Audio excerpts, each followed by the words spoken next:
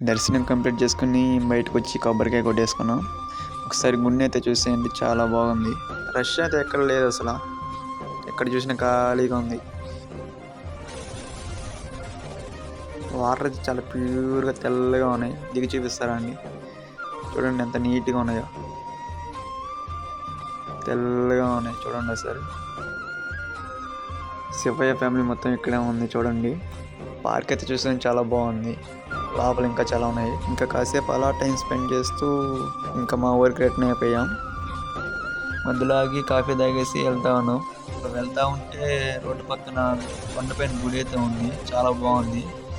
దగ్గరికి వెళ్ళి చూపిస్తాను గుడి ఎలా ఉందో.